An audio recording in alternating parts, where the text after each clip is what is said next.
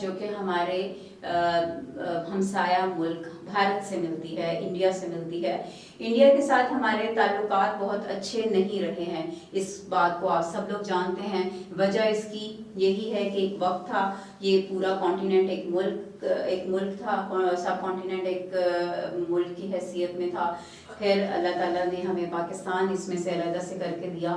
اب انڈینس جو ہیں وہ تب سے اب تک پاکستان کے لیے جو ہے وہ اچھے جذبات نہیں رکھتے، پاکستان کو وہ پسند نہیں کرتے۔ اسی حوالے سے پاکستان کے ساتھ 3 جنگیں بھی ہو چکی ہیں۔ اب وہ جنگ ہونے کی بیسک ایک ریزن بھی بن چکی ہے، وہ مسئلہ کشمیر ہے، اس کو بھی آپ سب لوگ جانتے ہیں۔ کشمیر جو ہے وہ مسلم اکثریت والی ریاست تھی اور اس بنا پر ان کو پاکستان میں شامل ہونا تھا، لیکن کشمیر کا جو ڈوگرا راجا تھا وہ ہندو تھا، اس لیے اس نے مسلمان آبادی کے ساتھ جو ہے وہ دھوکہ کیا اور اس نے الحاق انڈیا کے ساتھ کیا، اور آج تک تقریباً 73 ایئرز ہونے کو ہیں۔ تو اتنے سالوں کے بعد بھی کشمیر والوں نے، کشمیریوں نے ابھی تک بھی بھارت کے اس غاصبانہ تسلط کو قبول نہیں کیا، اور وہ مسلسل اپنی آزادی کی جنگ لڑ رہے ہیں جس میں پاکستان نے ہمیشہ ان کا ساتھ دیا ہے۔ یہی ایک ڈسپیوٹ، بنیادی ڈسپیوٹ تھا۔ بہت سارے مسئلے مسائل انڈیا کے ساتھ پاکستان کے ہیں، لیکن ایک بنیادی مسئلہ جو ہے وہ کشمیر ہے۔ اس بنا پر ہماری انڈیا کے ساتھ 3 جنگیں بھی ہو چکی ہیں، جن میں 48 پاکستان بننے کے فوراً بعد ہوئی، 1948 کشمیر کے محاذ پہ ہی یہ جنگ تھی۔ اس کے بعد کشمیر کا مسئلہ تب سے ہی 48 میں جب جنگ ہوئی تھی، اور بہت اچھے سے جو ہے وہ کشمیری مجاہدین جو ہے وہ انڈینز کا مقابلہ کر رہے تھے، اور انہوں نے کافی حصہ کشمیر کا جو ہے وہ فتح بھی کر لیا تھا۔ تو جب گاندھی نے دیکھا کہ کشمیر اس کے ہاتھ سے اس طرح نکل جائے گا، تو وہ خود اس مسئلے کو اقوام متحدہ میں لے کے گیا، اور اقوام متحدہ نے اس کو منظوری اس طرح سے دی کہ وہاں پہ استصواب رائے کروایا جائے، عوام سے پوچھا جائے، اگر عوام پاکستان میں شامل ہونا چاہتے ہیں تو ان کو پاکستان میں شامل کر دیا جائے۔ وہاں پہ انڈیا یہ بات مانا، لیکن اس کے بعد جب سیز فائر ہو گیا، جنگ بندی اقوام متحدہ نے کروا دی، تو انڈیا اس بات سے مکر گیا، اور آج تک انڈیا وہاں پہ استصواب رائے کروانے کے لیے تیار نہیں ہے۔ لہٰذا یہ ایک بیسک ڈسپیوٹ ہے، ایک بیسک مسئلہ ہے پاکستان اور انڈیا کے درمیان، جو اگر حل نہیں ہوگا تو انڈیا پاکستان کے معاملات میں بہتری بہت مشکل ہے۔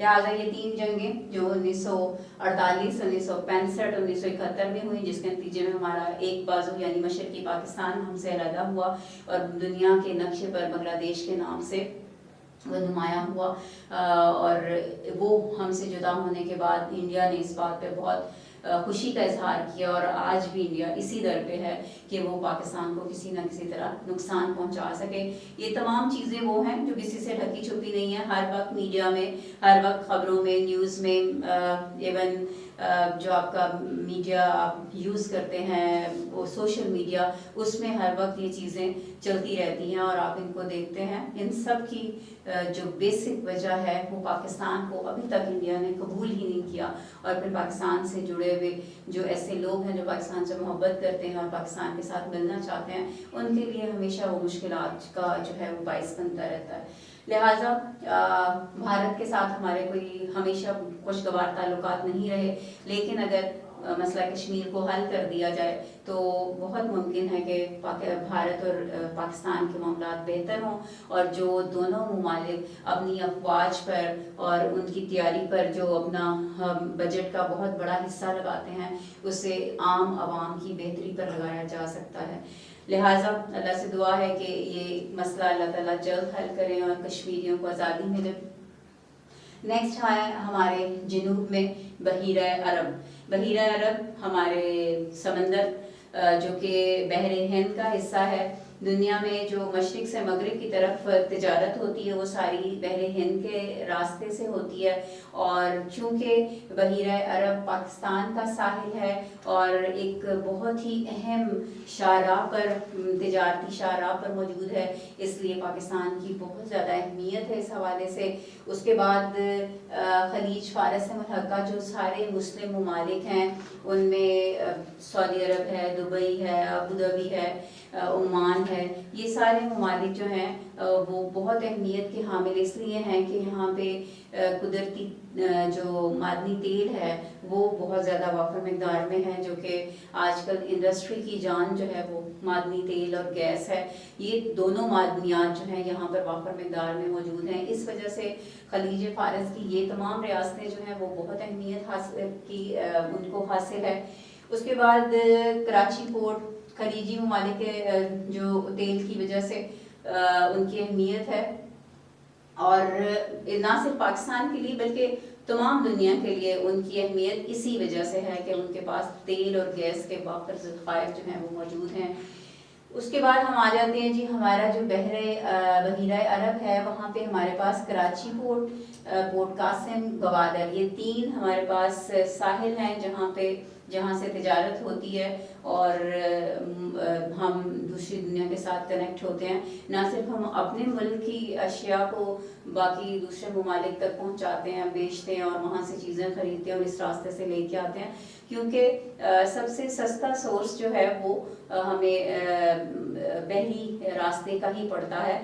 ہوائی سورس بہت مہنگے ہوتے ہیں اور ہوائی سفر کے ذریعے بہت زیادہ اشیاء کو ایک دوسری جگہ پہ لے جانا بہت مہنگا بھی ہوتا ہے اور مشکل بھی ہوتا ہے. لہٰذا جو بہت زیادہ تجارت کا میجر حصہ ہے وہ انہی بحری راستوں کے ذریعے ہی ہوتی ہے، اور یہ اسی وجہ سے پاکستان کے لیے بڑی اہم ہے. پاکستان کی تینوں جو ہیں وہ ساحل بہت اہم ہیں اور اس سے پاکستان کو بہت فائدہ بھی حاصل ہو رہا ہے. پھر آتے ہیں جنوب مشرقی ایشیائی ممالک جو پاکستان کے لیے ان کے ساتھ تعلقات ہیں، مراسم ہیں، ان کے ساتھ برادرانہ تعلقات ہیں، جن میں اگر ہم ان کی بات کریں جنوب مشرقی سائڈ پہ جو ہیں وہ انڈونیشیا اور ملائیشیا اور برونائی دارالسلام ہیں، اور اس کے ساتھ ساتھ جنوب ایشیا میں بنگلہ دیش اور مالدیپ جو ہیں یہ مسلم ریاستیں ہیں، جبکہ سری لنکا جو ہے وہ نان مسلم ریاست ہے. ان سب ریاستوں کے ساتھ پاکستان کے بڑے اچھے تعلقات ہیں. پاکستان ان کے ساتھ جو ہے وہ تجارتی معاملات میں بھی اور بین الاقوامی معاملات میں بھی ان ریاستوں کے ساتھ خود بھی سپورٹ کرتا ہے، ان کا ساتھ دیتا ہے، اور یہ ریاستیں بھی پاکستان کے ساتھ اچھے تعلقات کے ساتھ چل رہی ہیں. تو یہ آج کا ہمارا تھا لینڈ اینڈ انوائرمنٹ، جو آپ کا چیپٹر نمبر 1 ہے، چیپٹر نمبر 3 ہے، لیکچر نمبر 1 ہے اس کا. یہ آپ کا اس کا ٹاپک تھا. اس کو میں ایک دفعہ پھر آپ کو ریوائز کروا دیتی ہوں.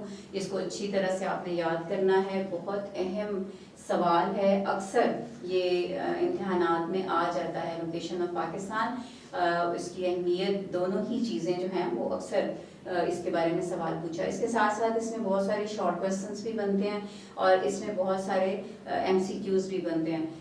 یہ بنانے والے کی مرضی پہ ہے. ایک ہی چیز جو ہے وہ شارٹ کوسچن کی صورت میں بھی پوچھی جا سکتی ہے اور وہ MCQ کی صورت میں بھی پوچھی جا سکتی ہے. اس میں اب بہت ساری چیزیں، پاکستان کا کل رقبہ ہو سکتا ہے، پاکستان کا نام پورا کیا ہے یہ پوچھا جا سکتا ہے. پھر اس میں پاکستان میں پہاڑ اور سطح مرتفع جو ہے وہ کتنے فیصد ہے، یا پاکستان کے میدان اور ریگستان جو ہے وہ کتنے فیصد ہیں. اس طرح سے یہ سوالات پوچھے جا سکتے ہیں. ان سب چیزوں کو آپ بک میں جب پڑھیں گے تو ان کو انڈر لائن کر لیں یا ان کو ہائی لائٹر کے ساتھ ہائی لائٹ کر لیں، تاکہ آپ کو یاد رہے کہ ان کو آپ نے آبجیکٹو کے طور پر بھی یاد کرنا ہے. اس کے بعد ڈیلٹائی جو میدان ہے، اس کی ڈیفینیشن میں نے آپ کو بتائی ہے. یقیناً آپ کو بک سے بھی مل جائے گی. ڈیلٹائی میدان کی ڈیفینیشن کو علیحدہ سے آپ نے یاد کرنا ہے. اس کے بارے میں بھی آپ سے شارٹ کوسچن پوچھا جا سکتا ہے. دریائی میدان اور جنوب مشرقی حصہ، یعنی اس کا بھی سوال بن سکتا ہے کہ دریائی میدان کس طرف ہے پاکستان میں، یا یہ پوچھا جا سکتا ہے کہ جنوب مشرقی حصہ میں کون سی جغرافیائی خصوصیت پائی جاتی ہے. اس کے بعد طبعی ماحول کا جو پوائنٹ ہے، یہ میں نے آپ کو پہلے بھی 2-3 دفعہ اس کو سمجھایا ہے کہ طبعی ماحول، اس میں 3 چیزیں آئیں گی. طبعی خد و خال آئیں گے، آب و ہوا آئے گی، اور تیسری چیز اس میں محل وقوع آئے گا. یہ تینوں چیزیں طبعی ماحول کی ڈیفینیشن میں آئیں گی. اس کے بعد پاکستان کی جغرافیائی جو محل وقوع ہے اس کو آپ نے یاد رکھنا ہے اسی طرح سے 24 سے 37 درجے عرض بل شمالی اور 61 سے 77 درجے طول بل مشرق. یہ مشرقی حصے میں یہ ایک لائن، اس کو بے شک آپ پوائنٹس میں یاد کر لیں، بے شک آپ اس کو دونوں کو ملا کے ایک جملے کے طور پہ بھی یاد کریں، یہ بھی آپ سے علیحدہ سے پوچھا جا سکتا ہے. اس کے بعد پاکستان کے ارد گرد پائے جانے والے جو ممالک ہیں یا جو بھی پاکستان کے خد و خال ہیں جو پاکستان کا محل وقوع ہے اس میں ہم دیکھیں تو شمال میں چائنا ہے، مغرب میں افغانستان ہے، مشرق میں بھارت ہے اور جنوب میں بحیرہ عرب ہے. یہ پاکستان کی لوکیشن ہے، پاکستان کا جو ہے وہ محل وقوع ہے. اس کے بعد اس محل وقوع کو آپ نے ایز اٹ از یاد کرنا ہے. اس کے اندر جو چیزیں میں نے آپ کو بتائی ہیں ان کو آبجیکٹو کے طور پہ یاد کرنا ہے. بکس کے اوپر جب آپ اس لیکچر کو سنیں تو بکس کو ساتھ رکھا کریں اور اس کے ساتھ ساتھ ان کو انڈر لائن کرتے جایا کریں. اس کے بعد اب اگر اہمیت کی بات کرتے ہیں تو سب سے پہلے آپ کے پاس یہ سارے پوائنٹس جو ہیں ان میں آپ نے دیکھ لینا ہے کہ کیا ذکر ہے. ان سب میں آپ کے پاکستان کے ارد گرد پائے جانے والی جو ریاستیں ہیں ان کا ذکر ہے، ممالک کا ذکر ہے. آپ ان ممالک میں آپ اگر چائنا کی بات کریں تو اس میں بھی بہت سارے کویسچنس بنتے ہیں. شاہراہ کا پوچھا جا سکتا ہے، شاہراہ قراقرم یا شاہراہ ریشم جو ہے ان دونوں کے درمیان ہے. اس کے بعد یہ پاک چین راہداری کے بارے میں پوچھا جا سکتا ہے، اس کا نام موجود ہے آپ کے پاس. پھر اس کے بعد نیکسٹ اگر ہم آتے ہیں تو وسطی ایشیائی ممالک کون سے ہیں، یہ آپ سے سوال پوچھا جا سکتا ہے. یا وسطی ایشیائی ریاستیں کون سی ہیں، اسٹیٹس کون سی ہیں، ان کے نام ان کو آپ نے نہ صرف اچھی طرح سے یاد کرنا ہے بلکہ ان کو لکھنے کی بھی پریکٹس کرنی ہے آپ نے. اس کے بعد نیکسٹ چلیں تو ان کے بارے میں وسطی ایشیائی ریاستوں کی خصوصیت، وہاں پہ معدنیات جو ہے قدرتی تیل اور قدرتی گیس اور معدنی تیل کی صورت میں وافر ہے. سمندر ان کا اپنا کوئی نہیں ہے، ایک واحد پاکستان ملک ہے جس نے ان کو راہداری دی ہے تجارت کے لیے. اس کے بعد نیکسٹ مغرب میں افغانستان اور ایران ہے. اس میں کوئی بہت لمبی چوڑی ڈیٹیلز نہیں موجود ہیں اور نہ ہی دینے کی ضرورت ہے. صرف ایک بیسک اس کا سوال جو اکثر آ بھی جاتا ہے کہ افغانستان اور پاکستان کے درمیان میں جو انٹرنیشنل بارڈر ہے اس کا نام کیا ہے، یہ پوچھا جا سکتا ہے. اس کے بعد آ جائیں مشرق میں ہمارا بھارت کے ساتھ ہمارے تعلقات، اس کے حوالے سے جنگیں کب ہوئیں، بیسک جو ہے وہ مسئلہ کیا ہے، کانفلکٹ کیا ہے جس کی وجہ سے انڈیا پاکستان کے آپس کے مراسم ٹھیک نہیں ہو رہے، یہ تمام چیزیں اس میں سے پوچھی جا سکتی ہیں. اور اس کے بعد جنوب میں بحیرہ عرب سمندر کون سے سمندر کا حصہ ہے، یہ سوال ہو سکتا ہے آپ کے پاس. خلیج فارس کی ملحقہ مسلم ممالک کون کون سے ہیں، اور یہ 3 پاکستان کے جو ہیں وہ ساحل ہیں، 3 ساحلوں کے تینوں کے نام آپ سے پوچھے جا سکتے ہیں، ان کو آپ علیحدہ سے یاد کر لیجیے گا. پھر جنوب مشرقی ایشیائی ممالک، ان میں 3 ممالک شامل ہیں، انڈونیشیا، ملائیشیا اور برونائی ہیں. اور اس کے بعد جنوبی ایشیائی مسلم ممالک میں 2 مسلم ممالک ہیں، بنگلہ دیش اور مالدیو، جبکہ سری لنکا جو ہے نان مسلم کنٹری ہے.